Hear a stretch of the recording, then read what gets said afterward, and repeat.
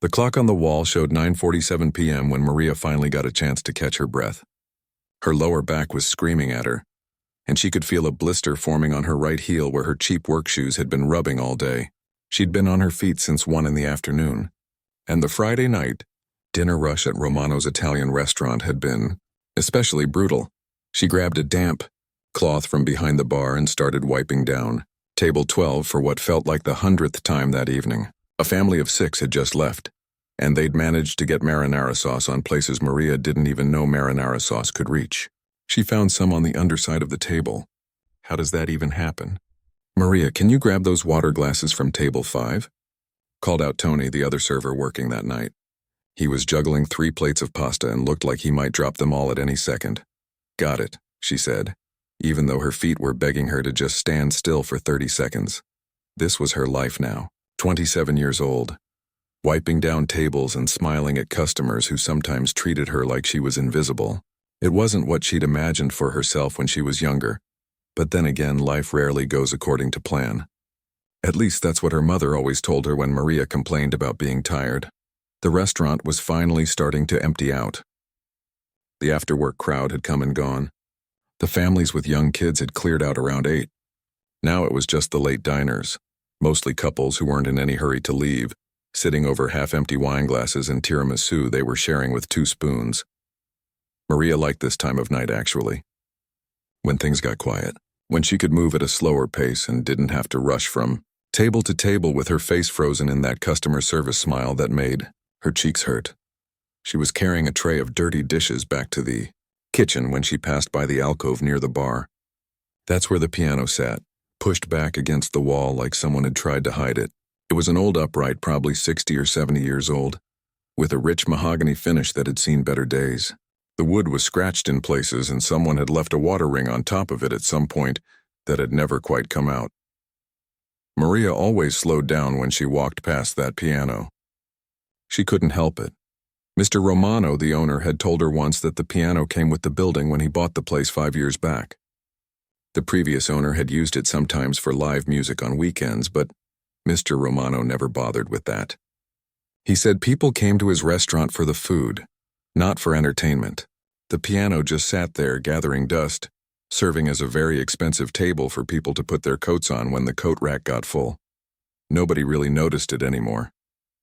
It had become part of the background, like the fake grapevines hanging from the ceiling or the old photographs of Italy on the walls. Just another piece of decoration that nobody paid attention to, but Maria noticed it. Every single shift, every time she walked past it, she felt something twist in her chest, something that was part longing and part pain. She'd catch herself staring at the keys sometimes, and then she'd force herself to look away and get back to work.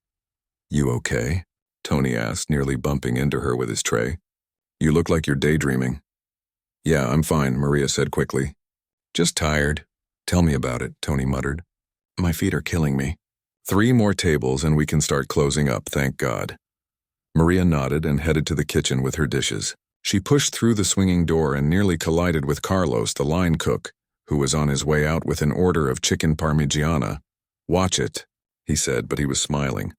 Carlos was always in a good mood even during the worst rushes. Maria had no idea how he managed it. She dumped the dishes in the big industrial sink and took a moment to lean against the counter. The kitchen was hot and smelled like garlic and tomato sauce and the fish special that had been popular tonight. Her white shirt was sticking to her back with sweat, and she knew she probably smelled like a combination of Italian food and desperation. This wasn't the dream. This was never supposed to be the dream. When Maria was younger, back when she still believed life would turn out the way she planned it, she'd had a completely different future mapped out. She was going to be someone. She was going to do something that mattered. She was going to make her parents proud in a way that went beyond just paying bills and showing up to family dinners on Sundays.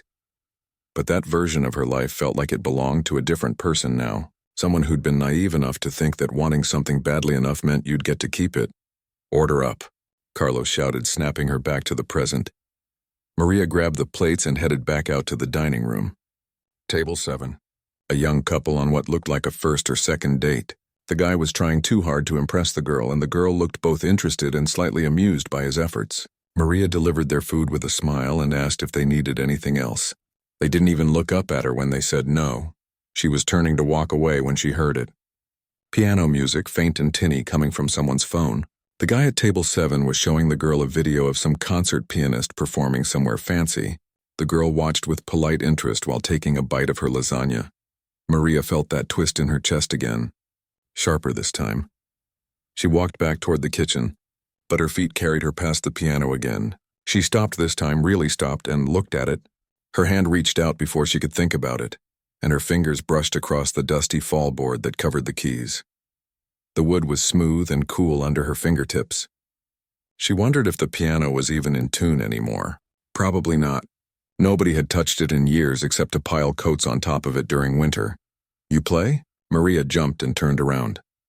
Mr. Romano was standing there holding a bottle of wine he'd just grabbed from behind the bar. He was in his early 60s with gray hair and kind eyes that crinkled at the corners when he smiled. "Oh no," Maria said automatically, pulling her hand back like the piano had burned her. "I was just—" "The wood is pretty. I was just looking." Mr. Romano studied her for a moment with an expression she couldn't quite read. Then he nodded slowly. "It is pretty," he agreed. "Shame nobody plays it. My wife keeps saying we should either get it tuned and use it, or sell it to someone who will, but I can't bring myself to get rid of it. You know how it is. You get attached to things." "Yeah," Maria said quietly. "I know how it is." She excused herself and went back to work, but she could feel the piano behind her for the rest of the night, like it was watching her, like it was waiting for something. She told herself she was being ridiculous. It was just a piano, just an old piece of furniture that nobody wanted anymore. But deep down, in a place she didn't like to visit very often, Maria knew exactly why that piano made her chest ache. She knew because she used to be someone who could make pianos sing. Maria couldn't sleep that night. She lay in her small apartment, staring at the ceiling while the sounds of the city filtered through her window. Someone was playing music too loud 3 floors down. A car alarm went off and then stopped. Normal Friday night sounds that usually lulled her to sleep after a long shift. But tonight her mind wouldn't shut off. She kept seeing that piano, kept feeling the smooth wood under her fingertips, kept hearing the phantom echo of music that wasn't really there. She rolled over and looked at the clock. 2:13 a.m. She had to be back at the restaurant by 11 tomorrow for the lunch shift. She needed to sleep. Instead, she found herself thinking about things she'd worked very hard not to think about for a very long time. 15 years ago, Maria had been a completely different person. Not just younger, actually different. She'd been the kind of kid who woke up excited every single morning because she knew she'd get to practice. While other 12-year-olds were sleeping in on weekends, Maria was up at 7, eating a quick breakfast and then sitting down at the piano bench in her family's living room. 6 hours a day, every day. That's what Mrs. Chen said it took to be truly great. And Maria wanted to be great, more than she wanted anything else in the world. Her mother used to listen from the kitchen while making dinner. Maria could practice for hours and her mom never once told her to quiet down or take a break. Sometimes Maria would mess up a difficult passage and she'd hear her mother's voice calling out, "You'll get it, mija. Try it again. Slower this time." Her father would come home from his construction job exhausted and covered in dust, and he'd stand in the doorway of the living room just listening. He never said much, he wasn't that kind of man, but sometimes he'd smile and nod. And Maria knew that meant he was proud. Mrs. Chen had been teaching piano for 40 years, and she told Maria's parents something that changed everything. She said Maria had a gift. Not just talent, lots of kids had talent. Maria had something deeper, something that couldn't really be taught. She understood music in a way that was rare, even among serious students. When Maria was 12, Mrs. Chen entered her in a statewide competition. Maria had been terrified. She'd practiced the same 3 pieces over and over until she could play them in her sleep. The night before the competition, she'd thrown up twice from nerves. But when she sat down at that competition piano, something magical happened. The fear disappeared. There was just her and the music, and nothing else in the world mattered. She played like she'd never played before, and when she finished, the audience was silent for what felt like forever. Then they erupted in applause. She won first place. At 12 years old, she beat students who were 17 and 18, kids who'd been playing longer than she'd been alive. That's when everything started to change. Mrs. Chen began talking about conservatories, special music schools where Maria could study with the best teachers in the country. There was one in particular, 3 hours away from home, that had a program for young musicians. It was expensive, but they offered scholarships for talented students. Maria auditioned when she was 14. She played in front of a panel of judges who looked bored and tired, like they'd been listening to nervous kids play piano all day and couldn't wait to go home. But halfway through her piece, she noticed something shift. They sat up straighter. They stopped writing notes and just listened. She got accepted. Full scholarship. Her mother had cried when the letter came, and her father, her quiet, stoic father, had picked her up and spun her around like she was 6 years old again. Everything was falling into place. Maria was going to start at the conservatory the fall after she turned 15. She was going to study with teachers who'd performed in concert halls around the world. She was going to become the pianist she'd always dreamed of being. And then her father got sick. It started small. He was tired all the time. He'd come home from work and fall asleep in his chair before dinner. Her mother kept telling him to go to the doctor, but he'd wave her off. He said he was fine, just working too hard, getting older. By the time he finally went to the hospital, the doctors said he should have come months earlier. There was a problem with his heart. He needed surgery. He needed medication. He needed to stop working for a while, maybe a long while. Maria was 17 when reality hit like a freight train. Her father couldn't work. Her mother's salary from the cleaning company wasn't enough to cover the medical bills that started piling up. Insurance covered some of it, but not nearly enough. They needed money. A lot of it, fast. The conservatory was still waiting for her. She'd deferred her enrollment once already. But every time she thought about leaving, she'd look at her father, thin and weak and trying so hard to pretend he was fine, and she couldn't do it. She remembered the conversation with her mother. They'd been in the kitchen, and her mother had been washing dishes with tears running down her face. "You should go," her mother had said. "This is your dream. We'll figure something out." But Maria looked at the stack of bills on the kitchen counter. She thought about her mother working double shifts. She thought about her father's medication that cost more per month than their rent. "I can get a job," Maria had said. "I can help. We're a family. That's what families do." Her mother had tried to argue, but Maria's mind was made up. She was 17 and stubborn and convinced she was doing the right thing. She told herself it was just temporary. She'd work for a year, maybe 2, help get the bills under control, and then she'd go back to her music. She got a job at a grocery store first, then added weekend shifts at a coffee shop. She dropped out of her weekly lessons with Mrs. Chen because they couldn't afford them anymore. She stopped practicing because she was too exhausted, and because every time she sat at the piano, she felt angry at herself for resenting what she had to do. Her father did get better. The surgery worked. After almost a year, he was back to work, moving slower but alive and grateful. The bills gradually got paid off. Things stabilized, but by then Maria was 19. The scholarship offer had long expired.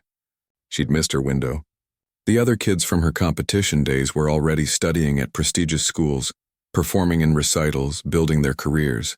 And Maria? Maria was working 2 jobs and trying to convince herself that she'd made peace with her decision. She stopped playing entirely when she was 20. It hurt too much. Every time she touched a piano, she felt the weight of everything she'd given up. So she just stopped. She told herself it was easier this way, cleaner. She could move on with her life if she wasn't constantly reminded of what she'd lost. For 7 years, she'd stuck to that decision. She'd walked past pianos in shopping malls and hotel lobbies and restaurants, and she'd trained herself not to look, not to feel anything.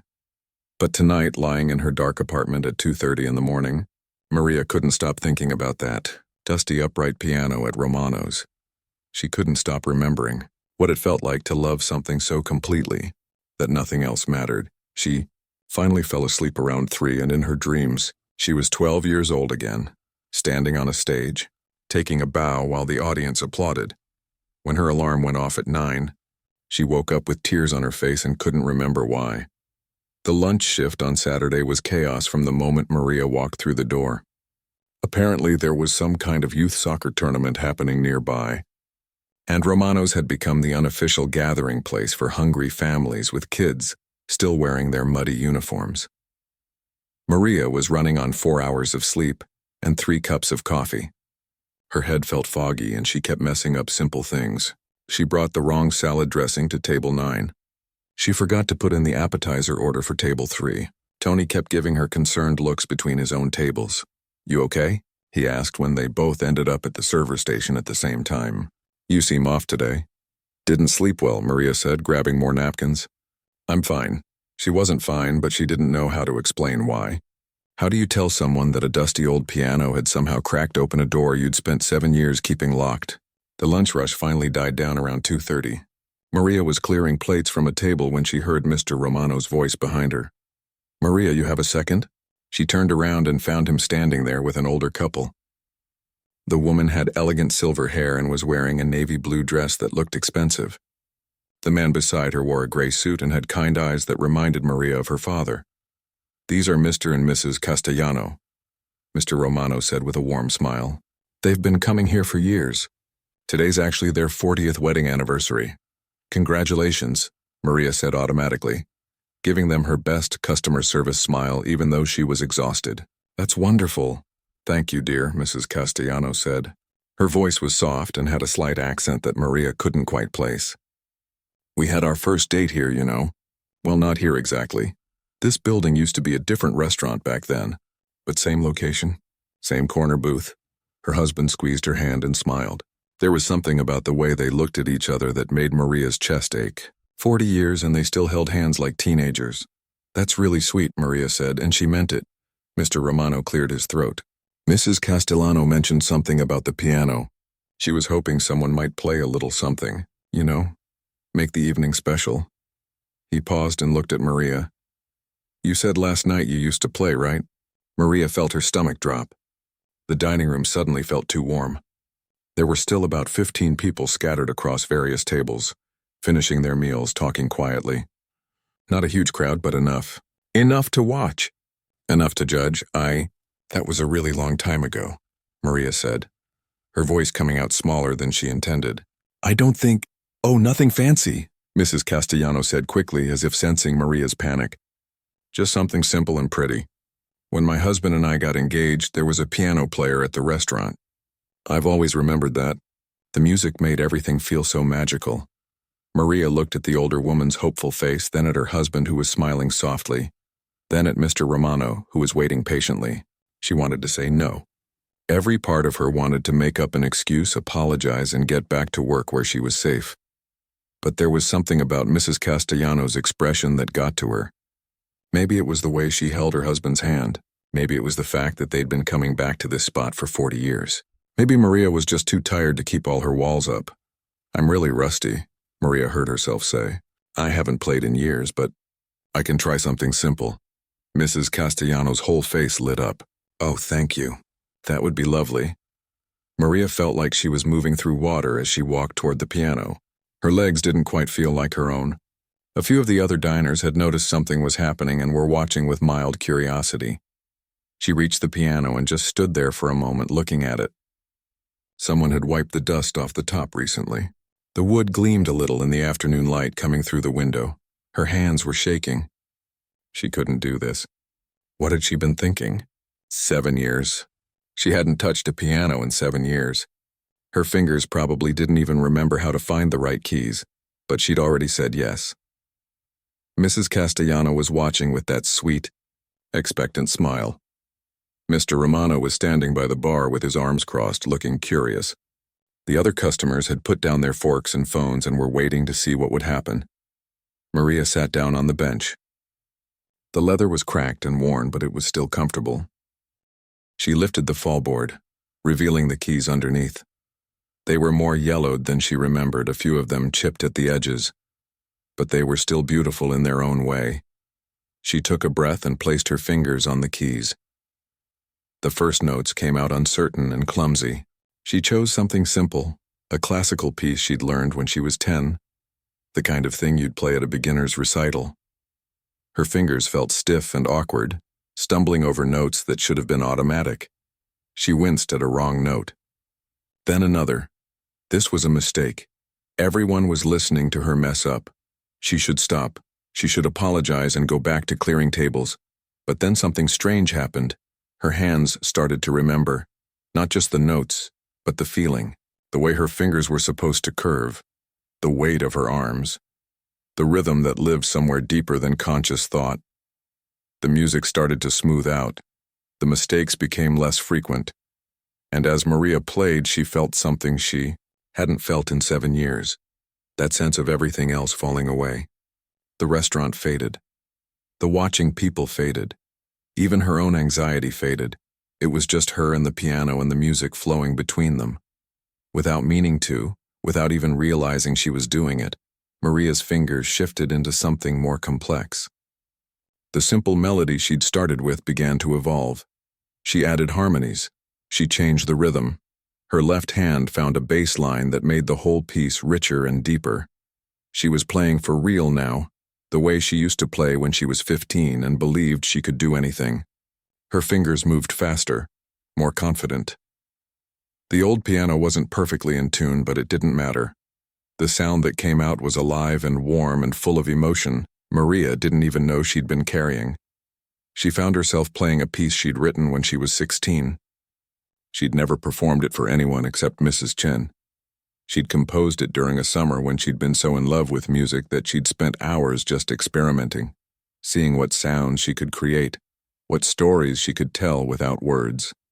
Back then, the piece had been pretty but simple, the work of a talented kid who was still learning. But now, as Maria played it, something was different. The 7 years of disappointment and sacrifice and grief had changed her. The notes were the same, but they carried a weight they'd never had before. There was sadness in the music now, but also strength. There was loss, but also survival. Her fingers flew across the keys, and Maria forgot to be afraid. She forgot to worry about what people thought. She forgot about being a waitress who was tired and broke and stuck. For these few minutes, she was just a musician again, and the piano was her voice, and she had so much to say. The music built to a crescendo, Maria's whole body swaying with the emotion of it, and then it softened into something gentle and bittersweet. She played the final notes slowly, letting them ring out and fade into silence. When she lifted her hands from the keys, Maria felt like she was waking up from a dream. The silence in the restaurant felt like it lasted forever. Maria sat frozen, on the piano bench, her hands still hovering above the keys, her heart pounding so hard she could hear it in her ears. Reality came crashing back all at once.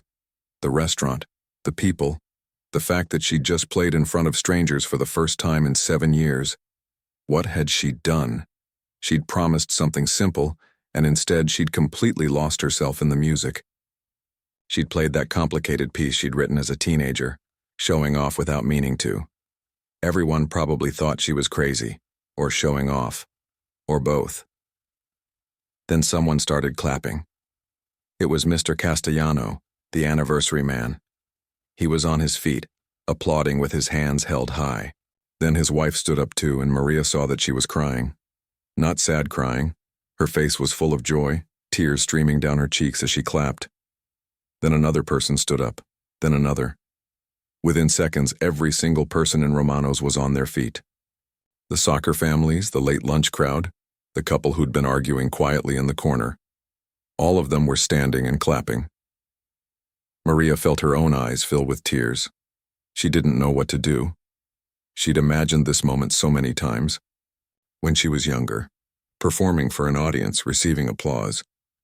But she'd never imagined it would happen in a half-empty Italian restaurant on a random Saturday afternoon while wearing her waitress uniform with a marinara stain on the sleeve. She stood up awkwardly and gave a small bow, her face burning. The applause continued.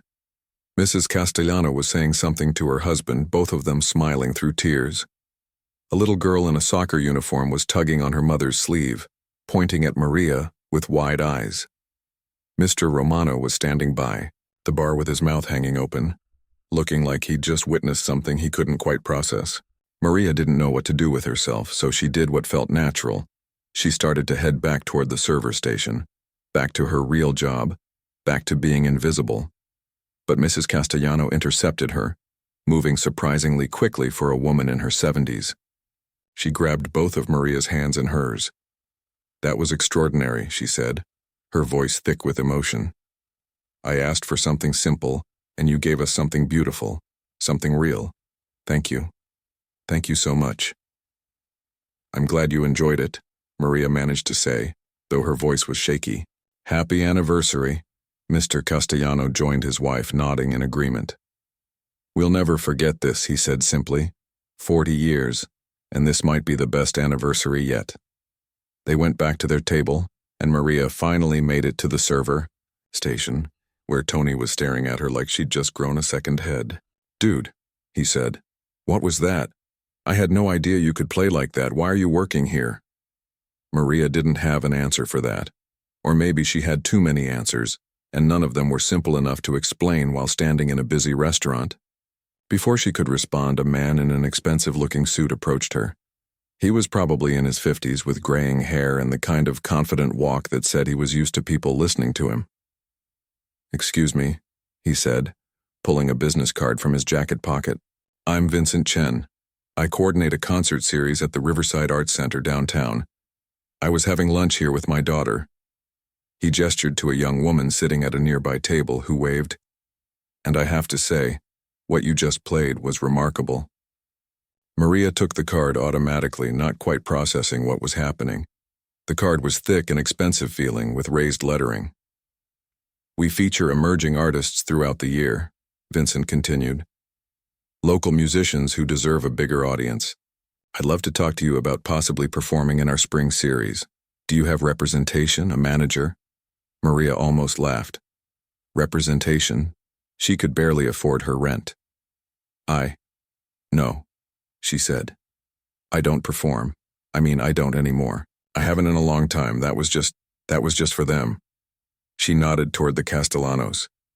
Vincent looked surprised but not deterred. "Well, if you ever change your mind, please call me. That level of musicianship doesn't come along often. You have something special." He returned to his table, and Maria stood there holding his business card, feeling like she'd stepped into someone else's life. The rest of the afternoon passed in a blur. A woman with 2 young daughters approached and asked if Maria gave piano lessons. She said her oldest daughter was 10 and had been begging for lessons, but she'd been uninspired by her current teacher. "She needs someone who can show her that music can be magical," the woman said. "Like what you just did. Would you consider it?"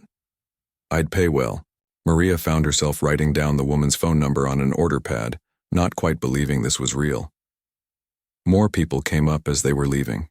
An elderly man shook her hand and told her she'd made his whole week. A teenager asked if she was on social media, if he could follow her music. A young couple asked what the name of that last piece was, the emotional one, because they'd never heard anything like it.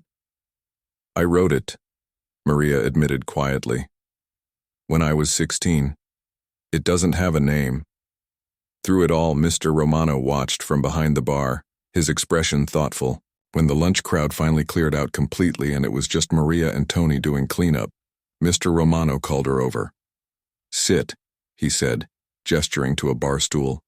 "Take a break. You've earned it." Maria sat, suddenly aware of how exhausted she was, not just from the shift but from everything. From 7 years of pretending she didn't miss music. From the emotional weight of playing again after so long. Mr. Romano poured her a glass of water and leaned against the bar. "You want to tell me why someone who plays piano like that is working as a waitress?" Maria took a sip of water, buying time. "It's complicated." "Most worthwhile things are," he said. "Look, I'm not trying to pry, but I've owned this restaurant for 5 years and you've worked here for 3 of them. You're good at your job. You're reliable. You show up on time. You don't complain. But I've never seen you look the way you looked when you were playing that piano. Like you were actually alive." Maria felt tears prick at her eyes again. She blinked them back. "I used to want to be a pianist," she said quietly. "Like professionally. It was my whole life when I was younger, but things happened, family stuff, money problems, I had to make choices." Mr. Romano nodded slowly. "And you chose your family?" "Yeah." "That's honorable," he said. "But Maria, your family, are those problems still happening? Or are you punishing yourself for something that's already over?" The question hit harder than Maria expected. Were the problems still happening? Her father was healthy. The bills were paid. Her parents had been telling her for years to go back to school, to do something more with her life.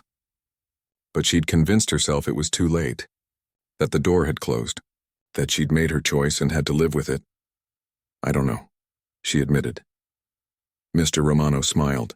Well, here's what I know. We get decent dinner crowds on Friday and Saturday nights.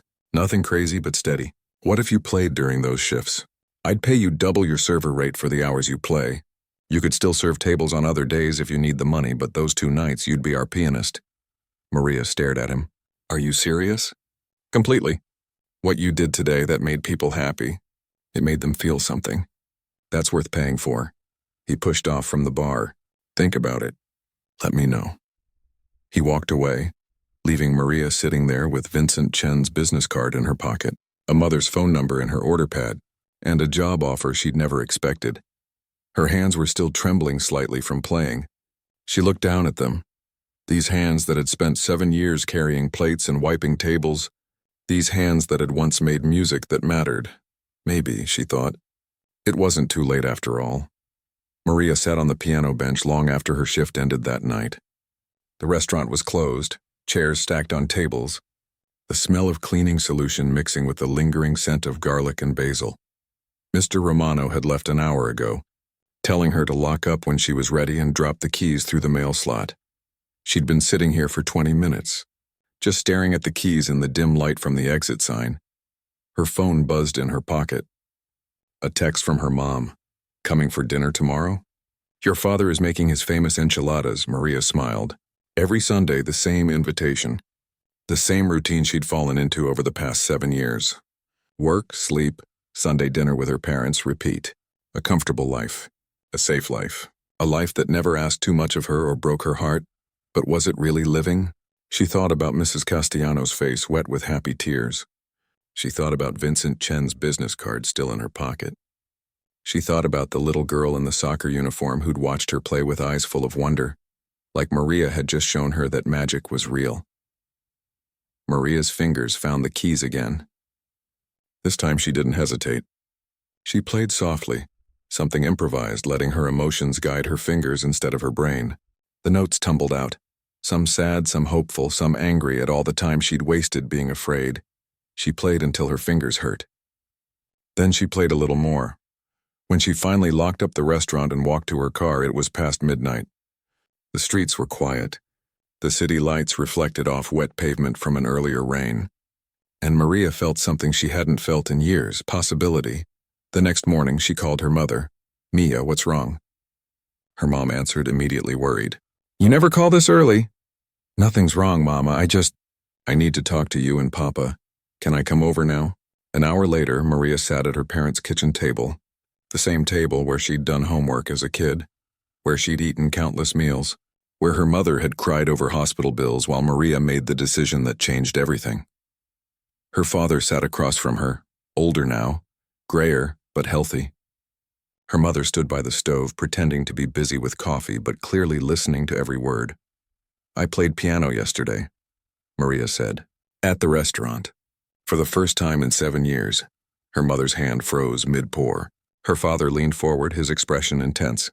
And, her father said simply, and it felt like coming home, Maria said, her voice cracking. It felt like I'd been holding my breath for 7 years and finally remembered how to breathe. Her mother came to the table and sat down, taking Maria's hand. Then why do you look so scared? Because I gave it up, Maria said. I made that choice. I walked away from the conservatory, from Mrs. Chen, from everything. And I told myself it was okay that I'd made peace with it. But I haven't, I've just been pretending. You didn't give it up, her father said firmly. You postponed it. There's a difference. Papa, I'm 27. The scholarship's gone. The opportunity's gone. I'm 7 years behind everyone who kept going. So you'll be 7 years behind, her mother said with a shrug. So what, you'll still be doing what you love. That's more than most people can say. Maria looked at her parents. These 2 people who'd sacrificed so much for her, who'd never once blamed her for choosing to help them instead of chasing her dreams. I was so angry, Maria admitted, at you guys for getting sick, at myself for not being strong enough to leave anyway, at the universe for bad timing. I've been carrying that anger for 7 years, and yesterday when I played, I realized the only person I've been punishing is myself. Her father reached across the table and took her other hand. We never wanted you to give up your music, Mija.